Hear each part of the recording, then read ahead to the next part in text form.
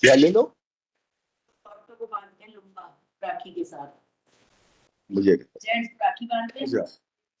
अच्छा अच्छा अच्छा नहीं मैं तो देखा नहीं कभी मुझे नहीं पता मैं तो पहली बार सुन रहा हूँ Mrs. Srimala, I think we will wait हाँ नहीं मैं पहली बार for सुन रहा हूँ 2 more minutes for more participants to join. Sure, Tanzana. We'll wait for 2 more minutes.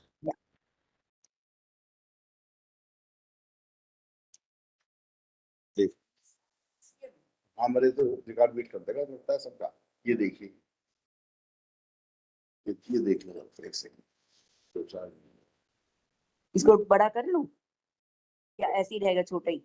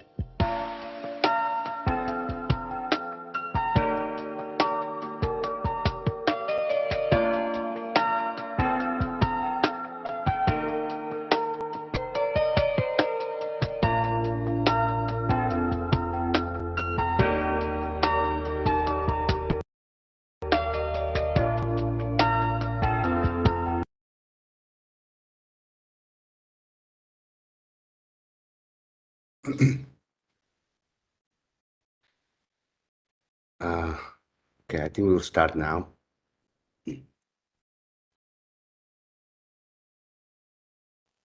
So a very good evening and warm touch lake to all the participants here. May I first request everyone to kindly put your videos on and microphone on mute during the whole session.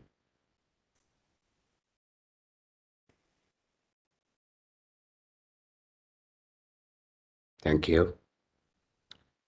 I'm Tenzin, Assistant Program Coordinator of Tibet House, New Delhi, and I welcome you all to our 9th session of today's virtual program, which is on Introduction to Buddhism, and it consists of 24 different topics taught by different speakers who have a profound knowledge on Nalanda Buddhist Studies. And today we are very glad and honored to have among us Mrs. Rima Goenkala, who will be speaking on Bodhicaryavatara, Series 1, Chapter 3, on full acceptance of awakening mind. But before we proceed, I would like to introduce today's speaker. So Mrs. Rimala is an IT professional having 26 years of experience working with many national and multinational companies and clients across India, Singapore, and USA. Mrs. Rimala is also working as a volunteer for Tibet House as a transcription coordinator and editor for Nalanda courses. So without taking much time, I now request Mrs. Rimala to kindly proceed the session. Thank you.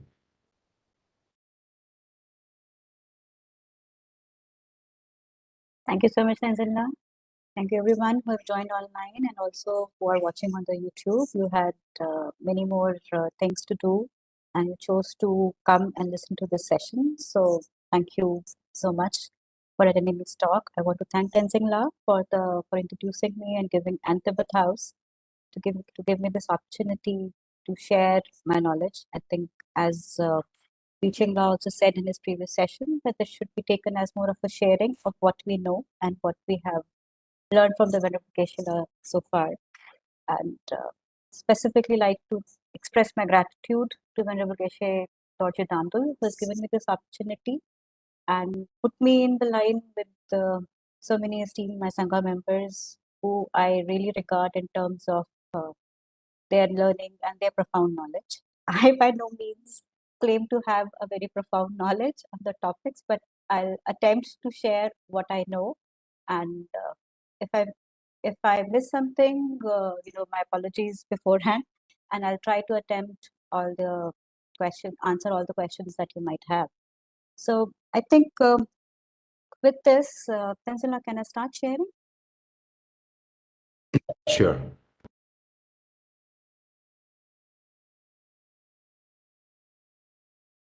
Can you make me the presenter, please, Tanzila?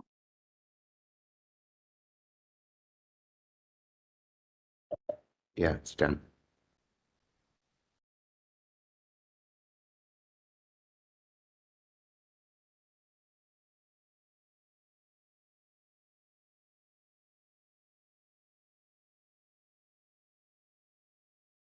Is my screen visible to everyone?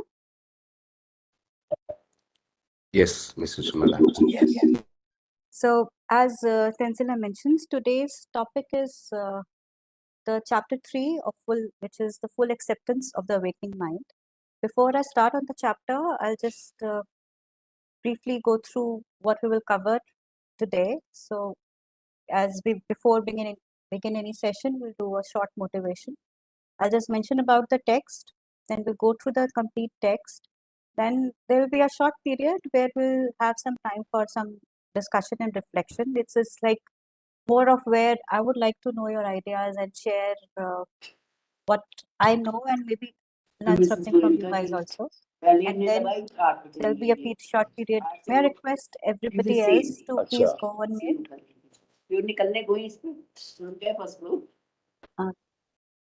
Thank you so much. So then we'll have a short time period for question and answers, and we will end the session with a short dedication. So setting the motivation for today, what we are doing is like we all owe this vast learning and this teaching to the Shakyamuni who came on this earth and gave these teachings for the first time. So we begin with thanking him, all our root guru, our lineage gurus, especially Buddha Shakyamuni, our gurus and teachers who are imparting this knowledge to us. So enthused by great compassion, you taught the immaculate dharma. To dispel all perverted views, to you, the Buddha Gautama, I pay homage. Inspired by wisdom and compassion, today in the Buddha's presence, I generate the mind of full awakening for the benefit of all sentient beings. I go for refuge to the triple gem. I confess the negativities individually. I rejoice in the virtues of all the beings. I hold the precious Buddhahood in my heart. So far, this is, as Tenzin said, this is the 9th session today of this Introduction to Buddhism series. Before that, the topics that have been covered were the 4 Noble Truths, which were explained by Venerable Geshe Dorje Dandul. Then we had Buddha Nature. Then we had the Wheel of Life, 4 immeasurables. We also had Pujala talking about Buddhist psychology and the 7 divisions of mind. And then we had Shantila talking about introducing this book, this text, Bodhicaryavatara, to us, and she covered the first 2 chapters. So, briefly about the text, and certain things might be a repetition from Shantila's sessions. So, but just to get the continuity going, I'm going to go through that a little more for all the people who are hearing it for the first time today. So, this text, Bodhicaryavatara, a guide to Bodhisattva's way of life, was written by, it was not actually written as such by Bodhisattva Shantideva. It so happened that he was in Nalanda and he was seen by all other monks in the university as someone who was just eating, sleeping, and not kind of participating in any teachings or giving any teachings. So they all thought that, and they kind of had a plan that, okay, we will do something so that, we'll see, maybe probably they wanted him out of the university or something like that.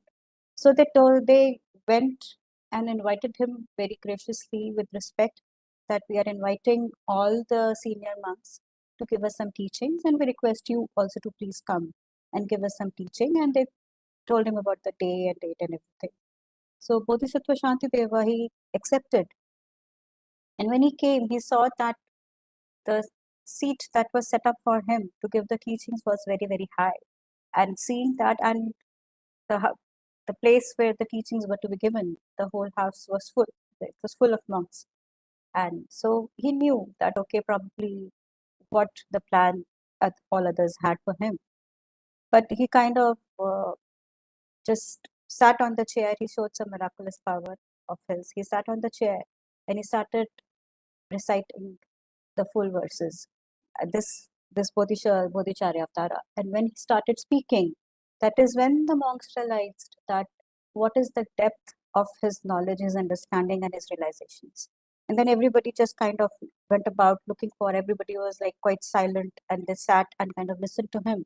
And he started giving the teachings in a prose form. And the manner in which Bodhisattva Shantideva talks about and teaches this in a prose style, and it is like that he's talking to himself. It is more of an inner mood that he's going. It is not like that he's teaching or preaching somebody. He's doing it, as in the very first chapter he says, is to kind of remind himself about the teachings of Buddha. So this whole text is that Bodhisattva Shantideva is talking to him, to his own mind, and to tackle his own negative emotions and question his own negative emotions and his afflictions which stop him or which kind of restrict him for following the Bodhisattva path. So all these 10 chapters that came into being as a result of that, and these 10 chapters, they follow as this particular book is the most widely used, reference to, read, cited, taught, and practiced in the Indo-Tibetan Buddhist tradition, with a very practical outlook based on reasonings. When I say practical outlook based on reasonings, it is not just that he says this, that you follow this.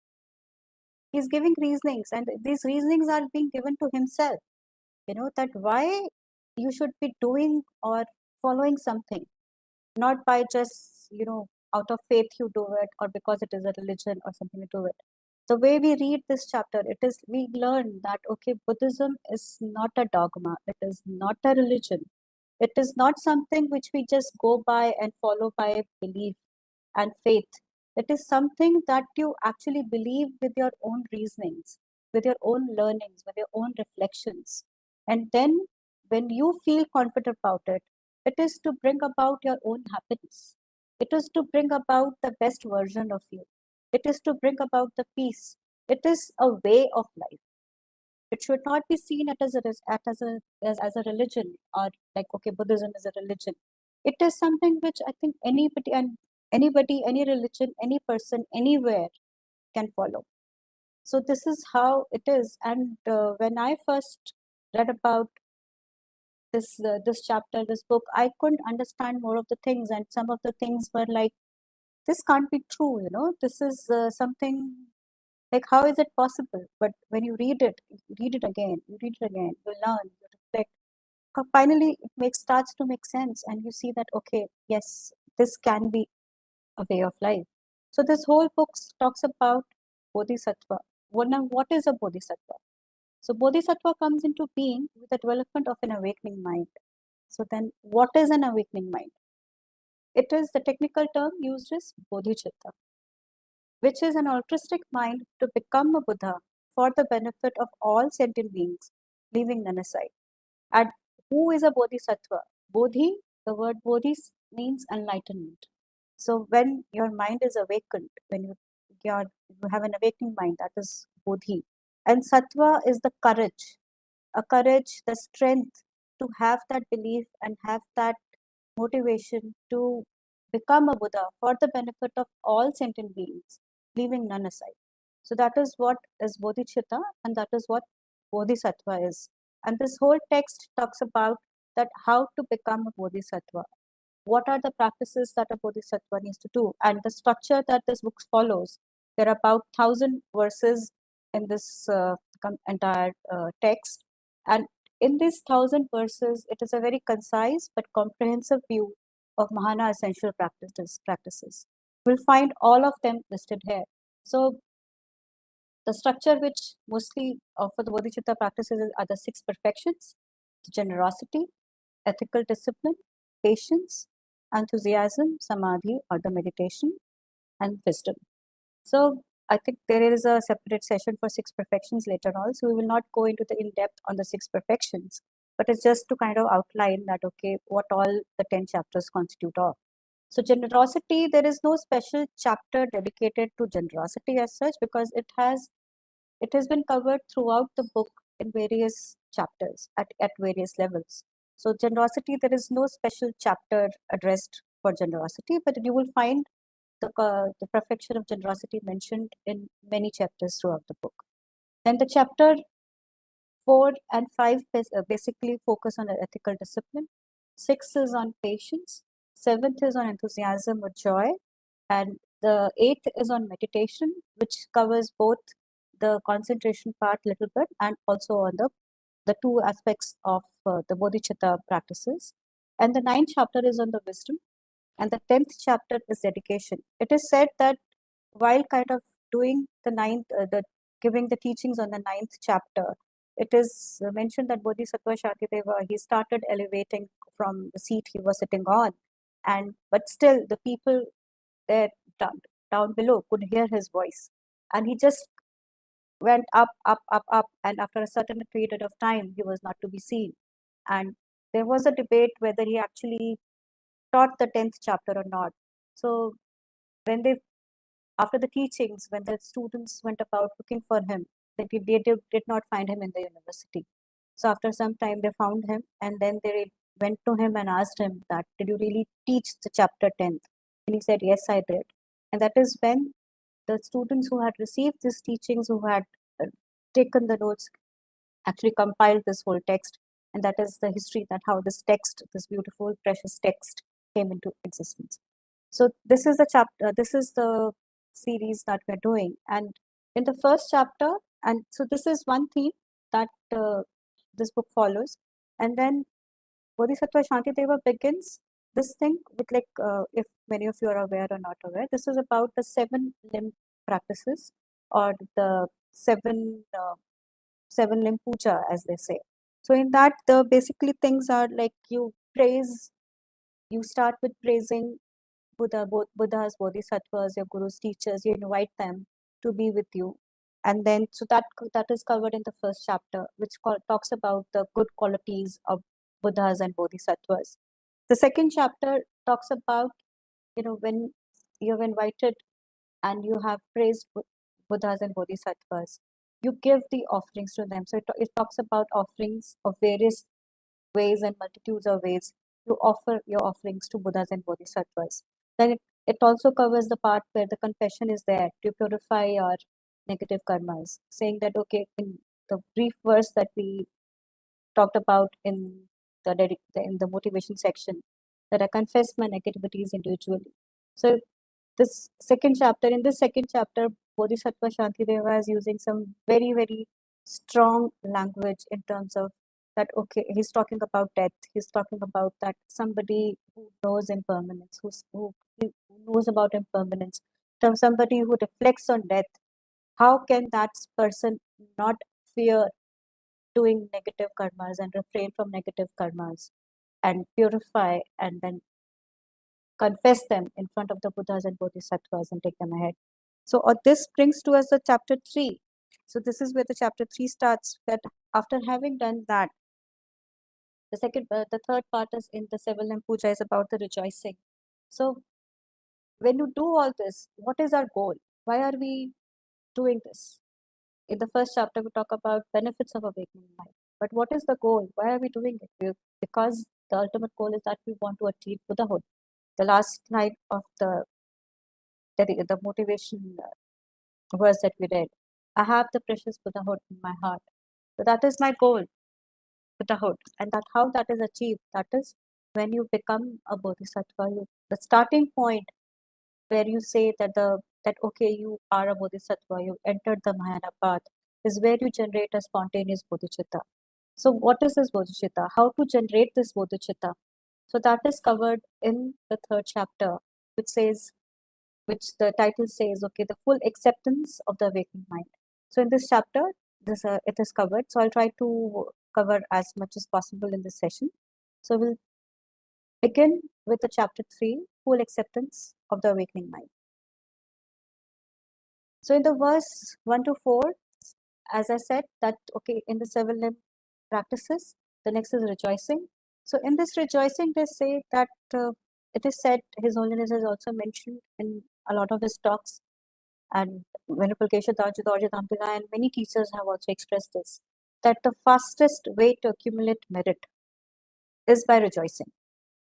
So no amount of good virtue is insignificant that you can't rejoice on. Even if you do not have the means to do that act yourself, just simply by rejoicing from all your heart, you accumulate that merit. So if that is the amount of benefit that you get from rejoicing, so why not rejoice? So it is not about just rejoicing in the deeds of Buddhas, Bodhisattvas. It says that in your life, anything that you see, anywhere around you, you see a person doing a good deed, no matter how small it is, even a small baby trying to do a small gesture of, loving somebody, helping somebody, or sharing somebody, we rejoice. So by rejoicing, there are 2 things that happen. One is when you rejoice on the good deed of others, you are creating a very good imprint on your mind, and you are opening yourself towards love, compassion towards others. So that makes you happy. The second thing is that when you rejoice in your own good deeds, anything very insignificant that you might have done, but if it is a good deed, you rejoice in that. So your merit or that imprint which goes onto your mind about that good deed, that habit that forms for you, it reinforces at I don't know how many times, but it just multiplies. So after doing something good, if you rejoice, it is said that the benefits, the merits will multiply multitude of times. In the same manner, if you do something negative, right, no matter how small it is, no matter how you see that, okay, this is a trivial thing, how does it matter? But if you're doing a negative thing and you're rejoicing in that then increases the negativity or your non-virtues multitude of times. So if you have done something negative and you know about it, so do not rejoice over it. At least you can then kind of, if you know it is a negative thing, we all are bound with our habits, every one of us, at least I am. I don't know. So like even after when I'm talking about this, it is not this that I'm free of it. I commit I don't know how many negative things in a day, and sometimes not even aware of it. And then maybe when you reflect on it at the end of the day, oh yeah, this was negative. It could have been done in a better manner. So instead of rejoicing or giving yourself a reason or a justification for that, if you purify that, if you kind of acknowledge that, okay, yes, that was bad, I gave into my habit, but next time probably I'll try to do better. So I think those are the little things which take you a long way. So here Bodhisattva Shantideva is rejoicing in all the beings who are doing anything to remove their misery, to get happiness for themselves, for others. He is rejoicing in an Arhat's awakening, even the Shravakas, Pratyeka Buddhas, who are talking about whose goal is to attain nirvana. So even he's rejoicing in everything of any deeds. And then obviously the Buddhas and Bodhisattva, that is the greatest of the deeds that you can do to benefit your mind, to benefit yourself. So I'll just read through these 4 verses. So the first verse says, "Gladly do I rejoice in the virtue that relieves the misery of all the unfortunate states and that places those suffering in happiness. I rejoice in that gathering of virtue that is the cause for the Arhat's awakening. I rejoice in the definite freedom of embodied creatures." Here definite freedom means nirvana, enlightenment, So that is a definite freedom. Why the word definite is used here is because that is where you will finally be free from all your mysteries. Everything else is a temporary stopgap arrangement, as you might call it. But attaining nirvana, attaining enlightenment, is the definite freedom of embodied creatures from the miseries of cyclic existence. I rejoice in the awakening of the Buddhas and also the Bodhisattvas, and also in the spiritual level of their sons. I've added daughters here. So another thing that I want to mention here is that while we are reading this text, you come across some places, where Bodhisattva Shantideva talks about being more from a male perspective, and certain my female counterparts, they feel offended that Bodhisattva Shantideva is talking ill about women, something like that. So I just want to kind of highlight here that when you're reading this text, you just transpose that part as for a female, because when this text was being taught, and I gave you the background, it was in the presence of all males. And this text is what Shantideva is telling himself. Bodhisattva Shantideva is telling himself. So it is not about it that he was partial or biased towards males or something like that. So you should take it or read it like that. And with gladness I rejoice in the ocean of virtue from developing an awakening mind that wishes all beings to be happy as well as in the deeds that bring them benefit. So like when we say that, okay, we are talking about the benefit of all sentient beings. So there are many, many ways in which you can benefit sentient beings. Very little mundane ways, small ways. You can make somebody happy. You can make little difference in somebody's lives. So anything that you do, maybe how little, big or small, that is a virtue, and we rejoice in that. And the greatest of it is when you help somebody develop an awakening mind. So that is why we say that, okay, may I become a Buddha for the benefit of all sentient beings. That it's like that when we become a Buddha, we know we can benefit all sentient beings in innumerable number of ways. And the greatest of it is that when we get them introduced to Dharma, when we help them develop an awakening mind. So this is about rejoicing. Then the next limb after rejoicing is that we request the Buddhas, Bodhisattvas, and I would include all my gurus and teachers, to keep the lamp of Dharma shining by turning the wheel of Dharma and save the world by darkness. So what is the greatest benefit we talked about? It is about awakening mind. How does that come about? It only comes about by the teachings of the Buddha. Buddha only said that, okay, if you want happiness, subdue your mind. Refrain from any negativities and adopt everything that is virtues. So, and I think this is I think those of you who are a regular at Tibet House or at Venerable Geshe Dorje's Ampala's teachings, you would know that whenever we would light the lamp in Tibet House, this is the verse that we always say. With folded hands, I beseech the Buddhas of all directions to shine the lamp of Dharma for all bewildered in misery's gloom. So the analogy here is that Dharma is the light, is the saving light for all of us to get us out of this darkness. So with folded hands, I beseech the conquerors who wish to pass away to please remain for countless eons and not to leave the world in darkness. So this means that we pray and we ask Buddha, like we always pray for His Holiness to live long, for all our gurus, teachers to live long. Why do we say that? We want them that, okay, we want their blessings, we want their teachings, we want their guidings. They are like the sun. And if the sun goes away, we would feel in the dark. So if the Buddhas go away, and the teachers, the Bodhisattvas go away, who's going to teach us? Who's going to show us this light? So we request them that please, if they want, they can stay in that bliss of nirvana. If they want, they can choose to not come back and not teach us. We know His Holiness Dalai Lama is the 14th Dalai Lama. What if the first Dalai Lama did not come back as the second Dalai Lama and not till the 14th Dalai Lama? What would the world be like today? Right? So we beseech all these great beings, Buddhas and Bodhisattvas, to please remain with us for countless eons and not to leave the world in darkness. And it is not this that they don't want to do it, but why we beseech them. It is for us to implore the Buddhas and Bodhisattvas so that they know that, okay, that so that we can tell them that we want these teachings from you. We want your guidance. We want this help. You might have heard, that you can only help somebody when a person says, I need help, or I want help, or is open to help.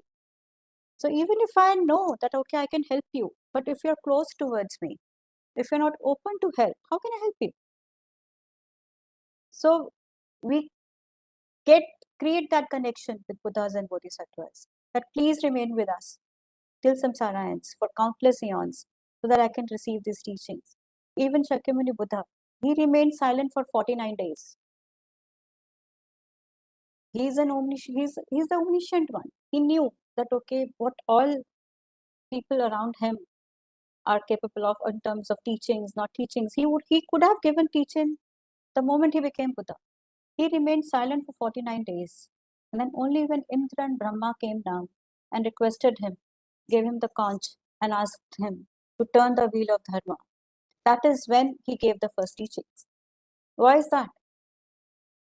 For us to understand the importance, the greatness of these teachings, and not to take them lightly, and say that, okay, the world, we are ready to receive that blessings from you. And after we have beseeched the Buddhas, the seventh limb is about the dedication. That, okay, whatever we have, whatever virtues we have collected, we dedicate it to some good deeds. Now, dedication, when you're dedicating it to something, it can be anything. You can dedicate it to, your own happiness. You can dedicate it to your some small problems that you're having. You might wish that it might go away. But what is the biggest and the greatest dedication? When you are on the Bodhisattva path, you would want that the pain of every living creature, every living person is gone away. All beings are happy. So that is the dedication in this one verse. Thus, by virtue collected through all that I have done, may the pain of every living creature be completely cleared away. So this is the dedication. This finishes the 7 limb practices or the puja here. Then the next part is in the verse from 8 to 22 is actually the aspiration and the application of awakening mind, the bodhicitta. So in these verses, you will when we go through it, it's like in a prose form, but in English, like you'll be able to know it. But when you read it through, you'll be filled with awe that Bodhisattva Shantideva is saying that to himself. He is offering this to all beings from his side. And so what would be the level of his compassion for each and every being to even think like that? At the most, I can think that, okay, I can give water to somebody who's thirsty, who came to my house, give them food. Somebody who's hungry, I can give them food. Somebody who doesn't have clothes, money, I can give that. Somebody who's not ill, maybe I can give them medicines, arrange a doctor and things like that. Give somebody a shelter. But when we go through it, you would see that how he's asking for blessings to be able to help all sentient beings with all his might, body, speech, and mind, in multitude of manner and ways to relieve all the sentient beings from their sufferings. So I'll just read through these verses and we'll see through them. So may I be the doctor and medicine, and may I be the nurse for all sick beings in the world until everyone is healed. May a rain of food and drink descend to clear away the pain of thirst and hunger, and during the eon of famine, may I myself change into food and drink. And I do not know the actual names and accounts, but we have heard about that. We have some stories and anecdotes where actually this has happened, where a bodhisattva has arranged or turned into food and drink for people or in places where there was famine and things like that. We also have heard that certain bodhisattvas, people who are in earlier days who were traveling in the ocean water through ship, they used to get homesick they started feeling sick and somebody would feel depressed, a lot of people on the ship would start feeling depressed and would want to commit suicide and things like that. And the Bodhisattva would manifest an island out of nowhere so that these people can take some respite. They see a land, they go there, they rest, and they get relieved. So we have heard of such stories. It is not just about, that wishing that. We have heard stories where this has come true. Bodhisattvas have done these kind of things to relieve the pain of other sentient beings. So may I become an inexhaustible treasure for those who are poor or destitute. May I turn into all things that they could need, and may these be placed close beside them. So if you see the depth of his understanding, then how close that he understands the other person. It is not this that, okay, I'll give them things, whatever they want, the treasure, money, happiness. Okay, I will turn into things what they want. But the last line, may these be placed close beside them. He's saying, I do not even want them to kind of, go hunt for them, look for them. May they be very near them. So that is the depth of his love, of his compassion, to the extent that he's thinking of other beings and how he can help them. Without any sense of loss, I shall give up my body and enjoyments, as well as all my virtues of the 3 times, for the sake of benefiting all. By giving up all, sorrow is transcended, and my mind will realize the sorrowless state. It is best that I now give everything to all beings. In the same way, I shall at death. So we make our big wills, that when I die, only then this will go to this will go to that. We always keep worrying, okay, when I die, what will happen of this? Even if we have a small belonging, at times, we'll cherish it. No, I'll keep it till the last day, last best I have. And in my will, I've given it to somebody. But Bodhisattva Shantideva is saying that, I will give everything anyways. When I die, why not give it all today? So having given this body up for the pleasures of all living beings, by killing, abusing, and beating it, may they always do as they please. This particular verse is like, this body, I think whatever, most of the things that we engage in, probably driven by the needs of the body. And he says, I'm giving this body up, I've given this body up. So if I've given this body up, they can do whatever they want with this body. And I'll mention a small thing here, like in my very early years, when maybe it was my first or second teaching that I was attending, and Venerable Lama Zopa Rinpoche, he was giving the teachings, and in the end he was doing the dedications, and he mentioned that, I offer my body to all living beings, and may they use my skin to make a boat. And I was not very comfortable hearing that kind of a dedication. I said, wow, I'm talking about at that time, what went through my mind, that why would I give my skin to just be a boat for somebody, to be made in a boat? Yeah, okay, I can die to, maybe save 10 people, 1 people, 2 people, 3 people. I can give thing of that away. But why would I give my body, my skin, to be made into a boat? So I'm talking about myself, that what went through my mind, that why is he saying this? But I'm sorry, I did not realize the extent of the compassion and love these great beings, lamas, rinpoches have, these precious ones have, right? So although they may play with my body and make it a source of jest and blame, because I've giving it up to them, what is the use of holding it dear? Therefore, I shall let them do anything to it that does not cause any harm. And when anyone encounters me, may it never be meaningless for him. So this is like, even if you're doing the greatest harm to me, to my body, till then also I am praying that when you meet me, when you encounter with me or anything mine, it should not bring any harm to you. If those who encounter me, a faithful and an angry thought arises, may that eternally become the source of fulfilling all their wishes.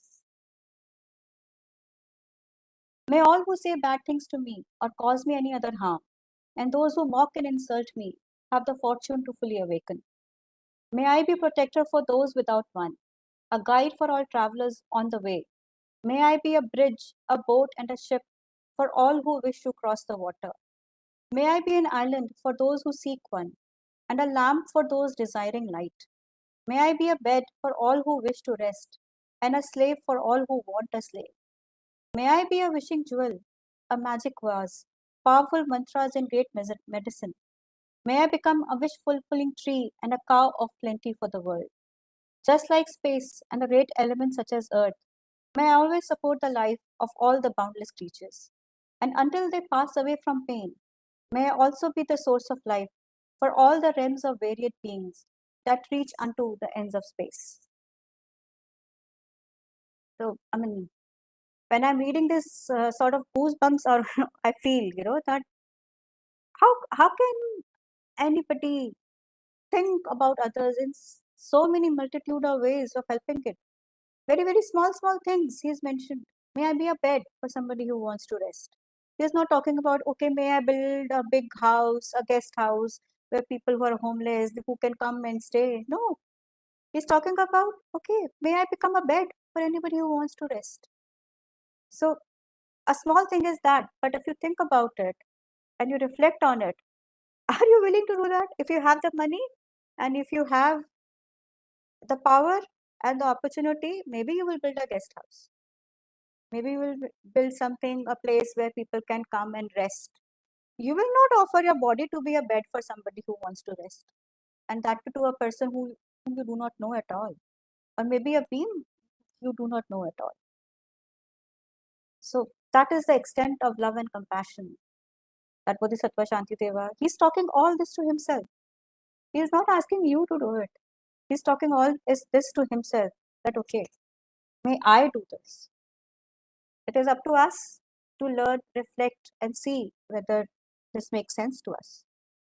So now in the next verses, I think another thing that most of us who have been attending Venerable Keshe Dorji Damila's classes and being part of the Vajra and the Moon practice, they would probably know these verses. So this is again from this particular chapter of Bodhicaryavatara.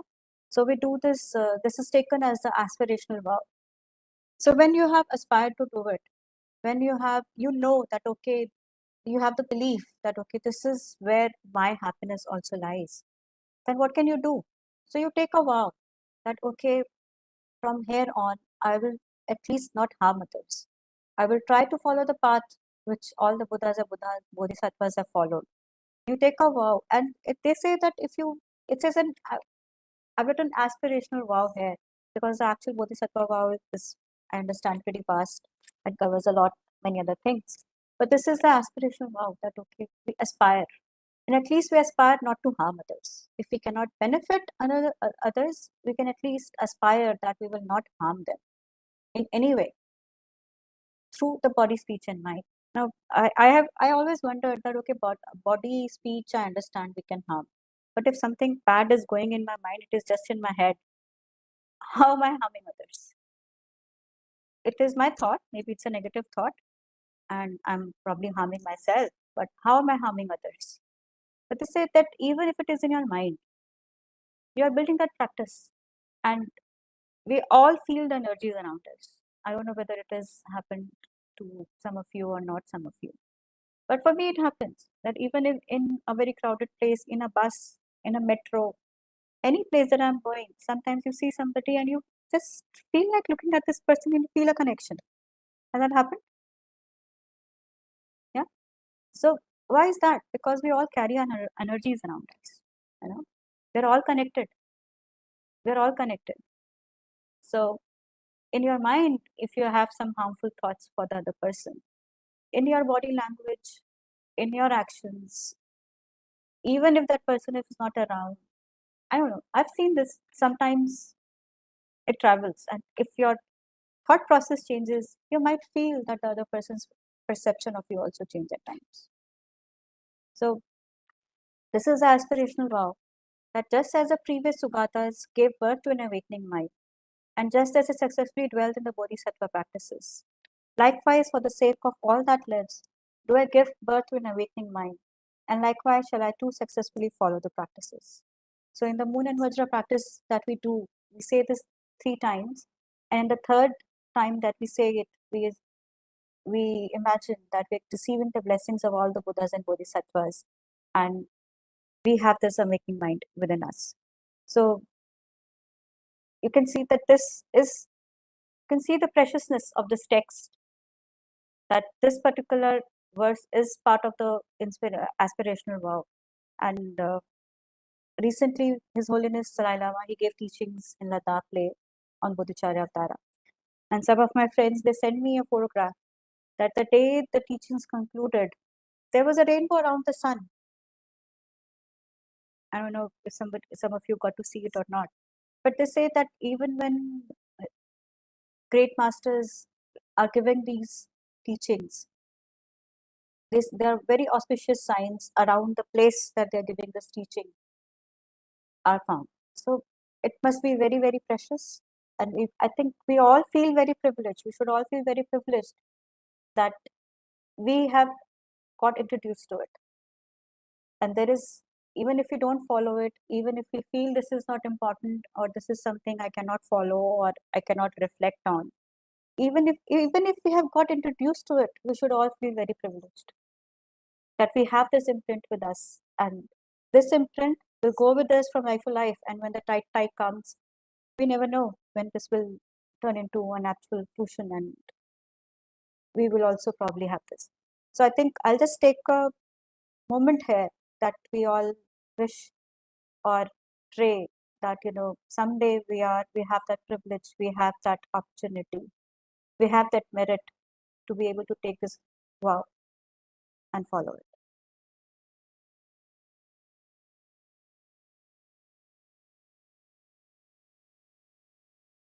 So after taking the aspiration vow, so it is about reinforcing the aspiration and rejoicing. So as I said in the beginning, that after done a good deed, if you really, really, truly rejoice from your heart, that okay, I have done something nice, the effect, the merit multiplies. And these are again the verses that you will find in our Blaze, the Blaze book, published by Tibet House. So as part of the Moon and Vajra practice, after the aspirational vows are taken, these verses are also there mentioned as part of the concluding practice for Vajra and Moon. So in order to further increase it from now on, those with discernment who have lucidly seized an awakening mind in this way should highly praise it in this following manner. Today my life has borne fruit. Having well obtained this human existence, I have born in the family of Buddha, and now I am one of Buddha's sons. So the emphasis is on that we have this human life, this precious human life. As the preliminary practices, the reflection on precious human life is one of the beginning steps, that we have a precious human life. And if we are listening to this teaching, if I'm talking about this text, if I've got introduced to Dharma, I personally believe that no matter how many problems I might have in my life or otherwise, but I feel that I must have done some very good deeds to be born as a human and got this opportunity to make some little meaning of this out of this life. So this human existence, we should be very thankful about. We should be very grateful that we have got this human existence, this human body, this mind, which differentiates us from other beings and which enables us to make the full use of it to reach our full potential. Thus, whatever actions I do from now on must be in accord with the family. Never shall I disgrace or pollute this noble and unsullied race. Just like a blind mind discovering a jewel in a heap of rubbish, likewise, by some coincidence, an awakening mind has born within me. And I cannot agree more with this, because for me, born as a Hindu in the Hindu family, my dadi, my grandmother was a very religious person. Every night I used to go listening stories about compassion, love, all the gods, goddesses, everything. Right? But still, I never had that full conviction that, okay, going to the temple, doing the rituals, things like that. But having found the teachings, it was just a sheer coincidence, you know, that I happened to be there and receive the teachings. So we should all feel lucky that not know that what all coincidence, what all trigger brought you to Tibet House and get connected to Tibet House. But we should all feel very lucky. We should all have a deep gratitude to whatever karma that we did to get introduced to these teachings. It is the supreme ambrosia that overcomes the sovereignty of death. It is the inexhaustible treasure that eliminates all poverty in the world. It is the supreme medicine that quells the world's disease.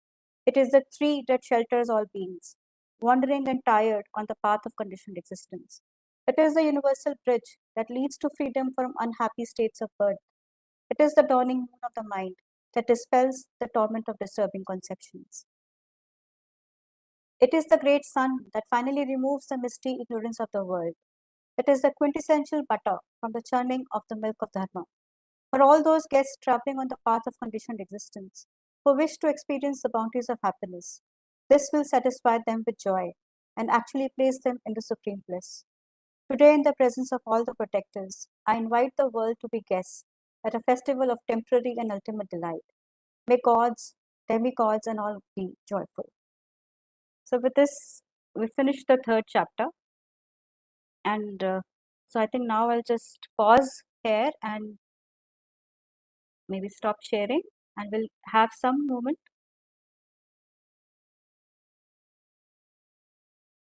to have a discussion. So what I wanted to, I'll open for everybody to speak here. But do you think that such a mind is possible? That is the question or the topic that I want to discuss, and I want to know your thoughts. Anybody? Do you think generating such a mind is possible, where you think about each and every sentient being, the benefit of all sentient beings? This is a teaching, yes. This is what Bodhisattva Shantideva is saying. This is the basis, the compassion and love for Buddhism. This is something which His Holiness stresses is all about. Do you think this is possible? And any thoughts? Any thoughts on that? Is it possible? Yes, yes, please. Jyotiji? Vimaji, first of all, thank you so much for this session. I do feel that yes, it is possible. Uh, uh, each time you think of, for me, even before getting into these teachings, I always used to wonder when looking at people like Mother Teresa and all, how is it possible that she could actually go out there and yeah, you know, a person, I mean, normally in as an ordinary person you would shrink away. I mean, yes, you would do all kinds of charity perhaps and all that in a very superficial manner, but when you look at someone who's suffering, who's physically, you know, who has not had a bath for days, who's soiled, who has pus oozing out of the body, to actually go there and lift the person, to care for that person, what kind of love you must have, you know, what kind of compassion you must have. And it is it has been an amazing how do I say, study. It's been an amazing study, just looking at that person who is a living example. You know, one feels that yes, this is possible. And looking at certain living examples even around in our day-to-day life, we feel that it is possible to go beyond, you know, this very narrow way of thinking, and the kind of happiness that you receive from doing such things. It is possible. And uh, um, also in very very minuscule ways, how in your own lives, in very minuscule ways, these teachings help in making your own life less miserable by thinking about others, being a little more selfless, not being so selfish, how it reduces your miseries experientially. When you feel that okay, this is possible. So yes, I do feel Wonderful. it. So yeah, so I think you very rightly put it. We are like awed and inspired with so many beings around us. But I think while we talk about here, it is about your happiness. It is about your life. Do you think it's possible for you? I think what I really wanted to ask was that, do you think that you can reach there? Do you believe? I see Kaveri wants to share something. Kaveri, So thank you so much, Rimala. Apologies to all, I cannot put my video on, but firstly for a lovely session. Thank you so much. I just wanted to share just a couple of thoughts. In the recent while, I've really thought developing bodhicitta is indeed maybe perhaps a little much harder than emptiness. Number two, without very high levels of emptiness, realization, I do not think this level of bodhicitta, I mean, technically, of course, let me reframe that. Without very deep understanding of emptiness, the kind of compassion being talked about here, at least personally speaking, seems out of reach. And therefore, your third point that, to get to the point where you see others' happiness as your own in real, it's extremely challenging. The fourth, the only reason why, I mean, not only, but a key causal factor for why I still believe it's possible, apart from the fact that all these pechas talk about it and these great, great masters, is actually having a teacher like Venerable Geshe-la and meeting some other masters who have reached extremely high levels. So actually seeing them, that has made the possibility come alive. Otherwise, I might feel extremely dejected. And personally speaking, it's very, very, very difficult. Yeah. thank you, Kaveri. Thank you so much for sharing that. Yes, so I think that is the part what I want to understand and talk about and discuss, that we feel that yes, that it is very challenging. It is very challenging. It is not easy. But then I think let's all go back to that starting point, that from where we began. What is it about? It is about your own happiness to begin with first. If you start, by saying that, okay, I want to make everybody happy around me and all, but you're not fully convinced that it is for your own happiness, that stage will come when you will burn out.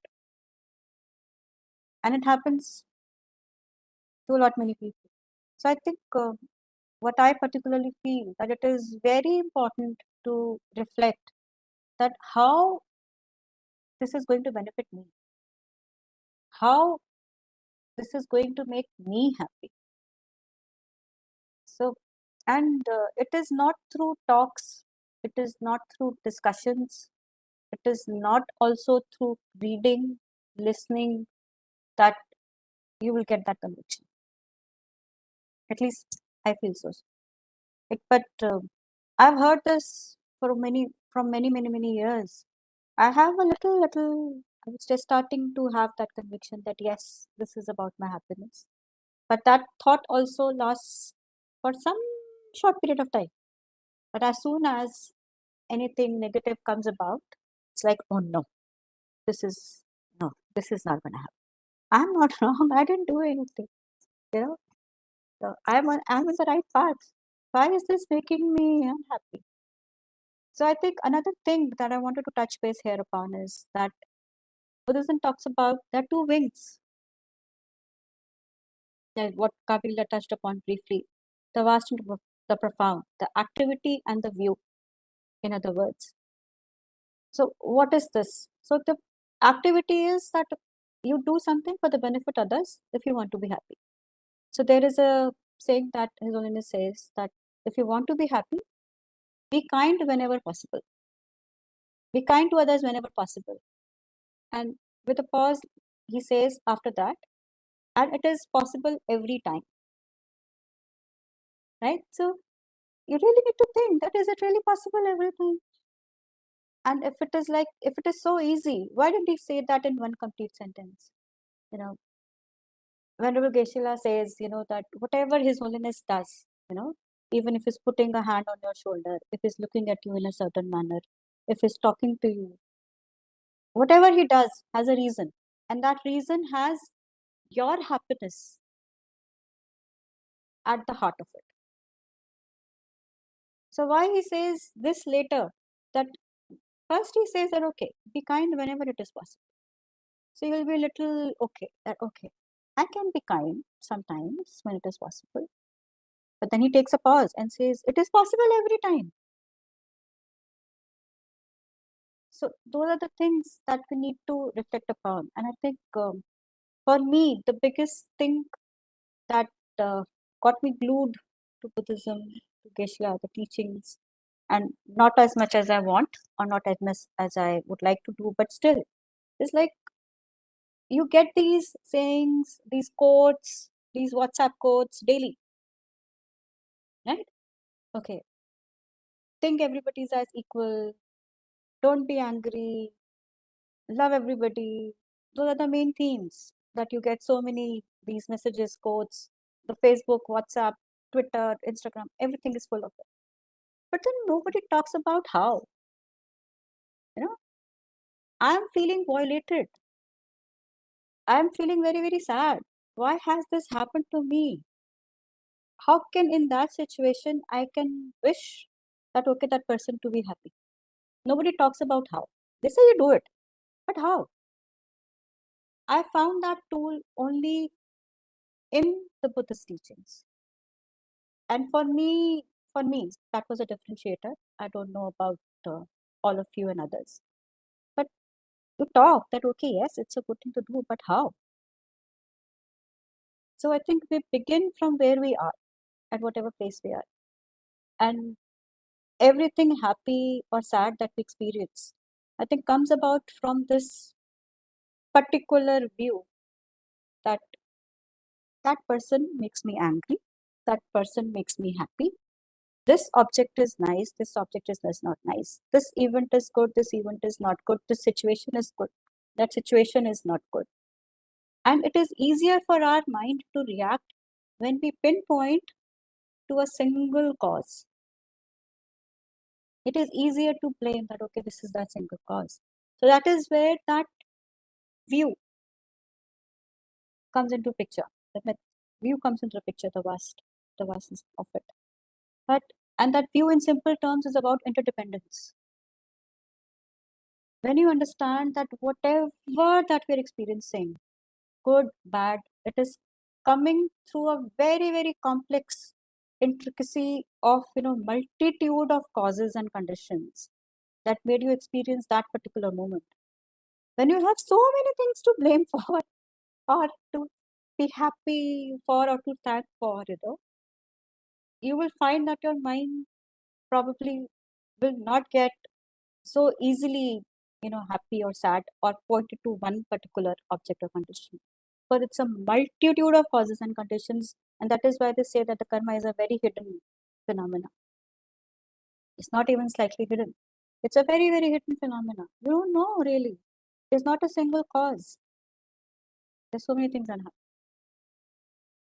So I think that is very interdependence, and I think as Kavirila very rightly put and said that when you take both the wings together, they both complement each other. And right now I'm speaking not from experience, but from what the masters have said, and with little experience, like there some small things which made me feel that okay, yes, this is possible and this can happen. Is like there was a time when I had a very negative feeling about someone in particular, and every time I used to think about that person, that very negative energy came about me, and then I was not able to let that go. And Then in one of the teachings, Venerable Geshe-la mentioned that whenever you are having a negative thought, just observe your body. You will find a very tight feeling at the chest, which is not very happy feeling about your body. You will be probably having a headache. Some bodily reaction is associated with that negative feeling. And gradually, I started kind of going in and thinking that it is all in my head. Actually, because a lot of it is assumption and presumption. And when I was able to rationalize and see that, okay, there are so many causes and conditions for that particular person to behave in such a manner, that uneasiness automatically subsided. And today I laugh about that one particular thing that, and when I now encounter that person or see that person and I see that there is so much of peace inside, it's a very nice feeling. It's a very nice feeling. And then when again, if sometimes that thing comes again, because I'm not rooted it out completely, I've just kind of curbed it. So when it comes again, I remind myself, remember the feeling when you had that negative feeling, and remember the time when you felt that peace inside. Which one would you prefer? Which is giving you more peace? So that is where it goes back to it, that it is in the end it is about your happiness. If you're doing it for anything else, it will not go very far.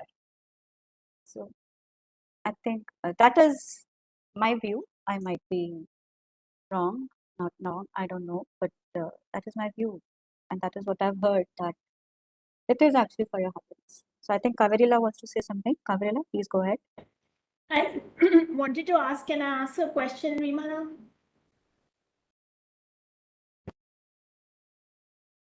Anybody? Yeah, so next thing is about, the next section is about question and answers. So Okay. any question that you might have. So Kavirila, you can start with that question. So you may not give a full answer, but I feel in my position to ask. Sure, Kavirila, go ahead. Rimala has been an NMC classmate now for 5.5, 6 years. We all know, Geshe-la says often in class, she has in particular taken on a lot of responsibility, transcripts, other things. He gives me far too credit. Through, no, it's a very specific question. Gone through Yeah, sure, illness, taken on responsibilities with family, taken on with teachers. My question to you is this, that how do you see as having gone through all that? Some might see as obstacles, not the service to dharma, the transcripts and all, but frankly, even holding a big responsibility like that very steadily, consistently. But many other things, like you were not going for retreats, roaming around here, there, and yet the development or evolution, if you are asking, Sangha is another reason why. So my question to you is, Rimala, that how do you see these quote unquote obstacles in these years? How do you see them as contributing to your understanding today? What you are talking about, benefiting others, contributing to one's own happiness, in whether small way, whether for a moment, whatever you are putting out. The reason I ask that, because sometimes I do feel little overwhelmed, and then I go more towards like not a depressed state of mind, but a tired, exhausted state of mind. So there the joy is not really, it's more like, okay, and the logic is there, like this is the path for sure, Mahayana for sure. If we have to come back, for sure. All the reasonings is there, but still one is feeling rather exhausted and knackered, and also, so how have you dealt with that? Can you share a little bit personally? I'm specifically asking you. Sure. I'll share, what I can. So it's not this that I'm not overwhelmed. It is not this that it is very easy for me. It is not this that I don't feel depressed. It is not this that I don't have my depressed moments, sometimes days. Sometimes, I mean, I feel silly for watching Netflix also at times, to just be in a state where I'm not thinking anything else. I don't want to kind of put my energies into anything. So yeah, I have all of it. What you mentioned, I have all of it. It's not this that I'm practicing, I'm kind of, meditating, and for, as you mentioned, because of the so-called other obstacles, obscurations. I have not been able to practice as I would have liked to, but then I see, and I think I would Actually, my attribute. question is a bit different, Rimala. As Geshe-la is saying all the time that to go to Himalayas retreat, maybe some people have the karma, Yeah. but Yeah. it's very few.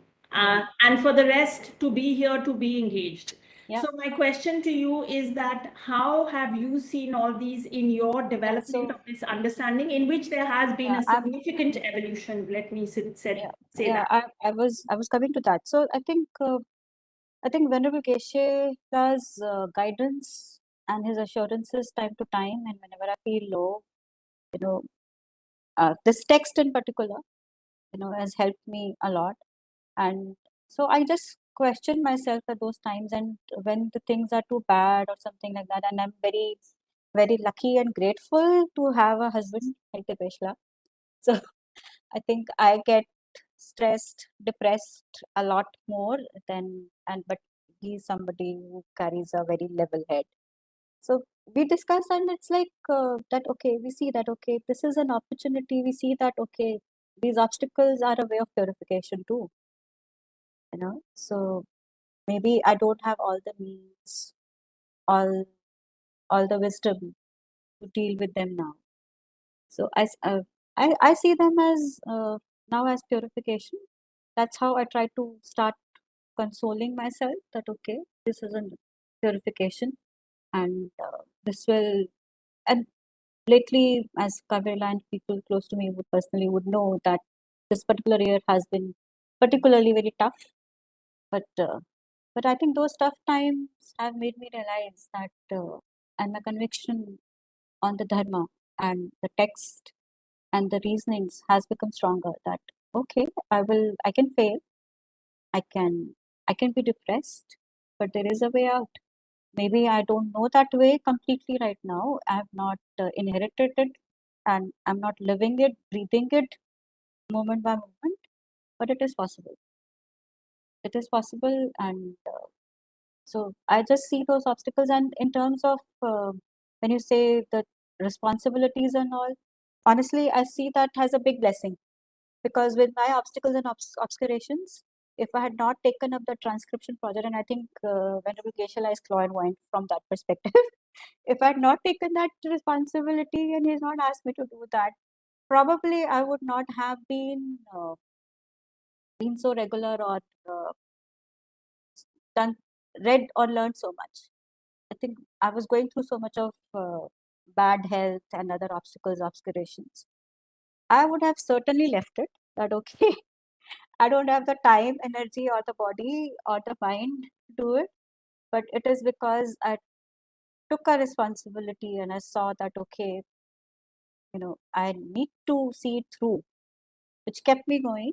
And because doing those transcriptions, verifying them, reading them, editing them, I found, that, okay, that those imprints, the teachings, as you say, as it is really true that even if you don't understand something in the class at one time, as Geshe-la says, you put it in a bag.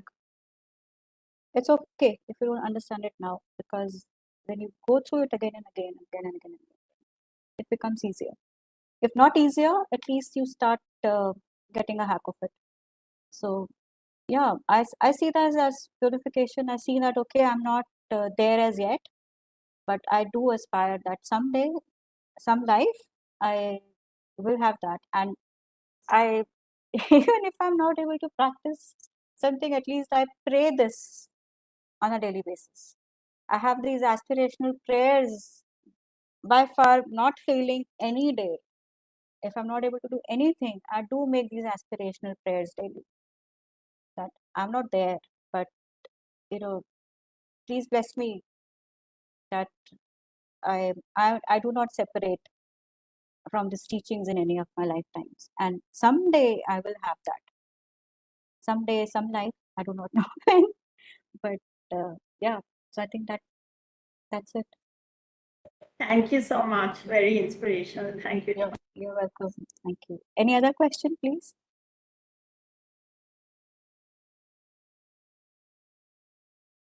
Anything from the text that you would want to go through or talk about again?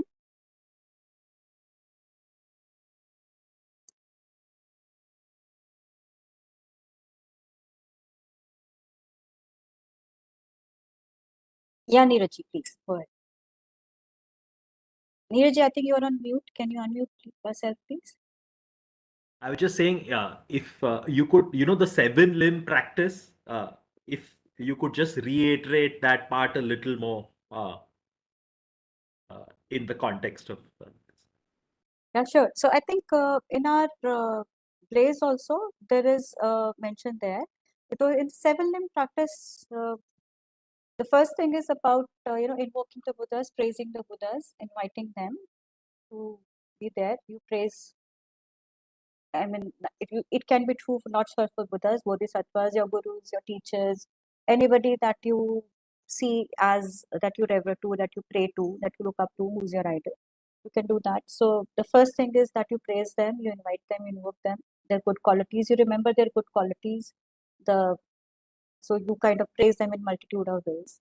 The second limb is about offerings. So it's not this that the Buddhas need anything or the Bodhisattvas need anything, but when you offer, it is like it's way of paying your respect to offer them, and so there is a multitude of offerings that you can offer. It's both mentally, physically, whatever one can. So that's the second limb is the offering. The third is that you actually then make prostrations. You pay obeisance to them. You say that, okay, I understand your great qualities. I've offered this to you. I make prostrations to you. And it is something that you feel that these qualities are something that you would want to have in you. And that is why you kind of prostrate, that you have actually made something which is looking so impossible possible. You are thanking them, you're by making prostrations, by paying your obeisance, that you have shown me that path. So that is the third limb. And the fourth limb is where you confess your negativities. Your where you confess your it's not just to kind of say purify, but like it's dependent on the four opponent powers, the confession, the purification part. So it say that you should have a deep regret. You should acknowledge that, okay, nobody here is free of those non-virtues as of now, right? So at least I can talk about myself. So you talk about those non-virtues or like those negativities by confessing them in front of a person, in front of a idol, in front of Buddhas and Bodhisattvas. You're acknowledging that, okay, you understand that these are non-virtues and you have been given into those habits and you've fallen into that vicious cycle of samsara. So you understand that. So the four opponent powers has like the sincere regret. You take refuge. It's the support you seek support from them. That I need your support. I come to your refuge to help me purify them, and then to actual remedy. That, okay, whatever, there are various practices that some people follow. Sometimes it's just confession, and you take a heartfelt vow or wish that you're not gonna repeat those again, and then it's reliance, refuge, remedy, and so that is how, and regret, that you purify that. So that's the confession bit, that you confess that, okay, you have done this. Then, as I mentioned, then you rejoice, that you rejoice in the activities of all the Buddhas and Bodhisattvas, the gurus and teachers, the practitioners who are on this path, who are, as we all understood, that it is not an easy path. It's easier said than done, but the people who have done it, who have shown that this can be done, you rejoice in all the virtues, rejoice in all their virtues, and then you beseech those great beings that to be around till the samsara ends, so that they can continue to give these teachings, keep turning the wheel of dharma till each and every sentient being receives the teaching and is on the path. So he beseech the Buddhas to stay and not pass on to nirvana. Those who can easily pass on to nirvana and stay in that bliss, so not to stay in that bliss, and request them to have that connection with you, to keep coming back and teaching. So you do that, and then you dedicate the merits for the benefit of all sentient beings. You're welcome. Any other questions?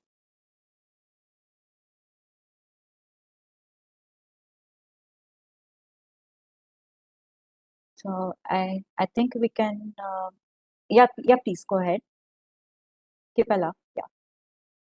Rimala, thank you so Ashita, very like, much. Thank you so thank much. you. Thank you. It's not a question, but I would like to get some advice. I'm a new student of Geshe-la, even though I know him since my childhood. We were from same school and same home. I'm very, very fortunate to be his student for the past Yes, 1 we all year. are. I would like to get some advice. Like I would be joining NMC. I would like request you to give me some advice, like how would keep my practice and study in a like efficient way. Thank you. Kipala, I think I'm not even the last person to give advice to anybody in terms of their practice, because I don't think so I'm equipped to do that. I think Venerable Geshe-la guides and advises all of us. That is, with his kindness and everything, you are going to be part of NMC.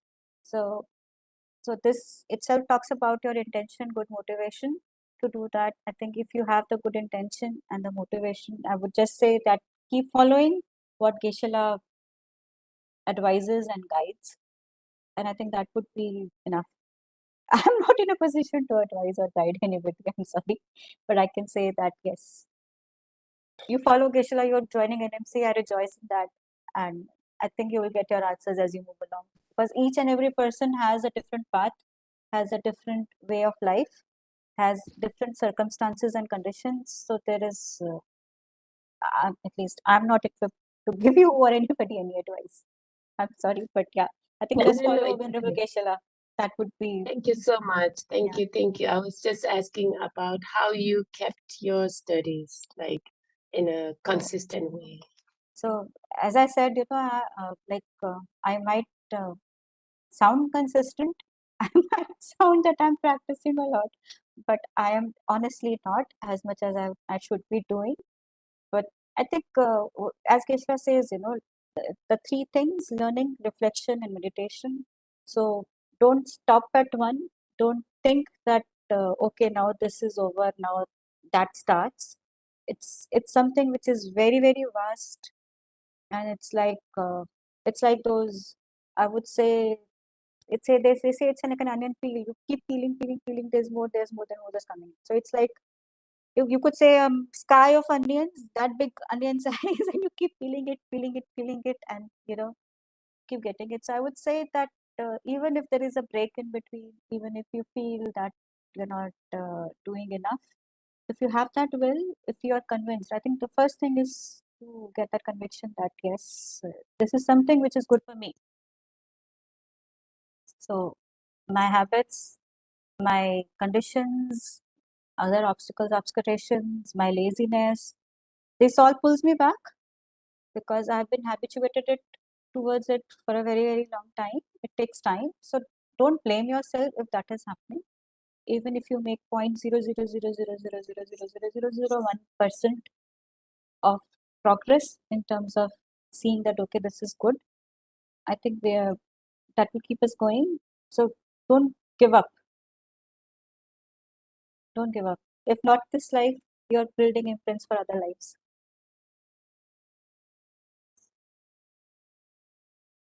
Thank you, Kipala. Thank you. Yeah, so Pampala is thanking us. Thank you so much. I think we'll just end with the dedication.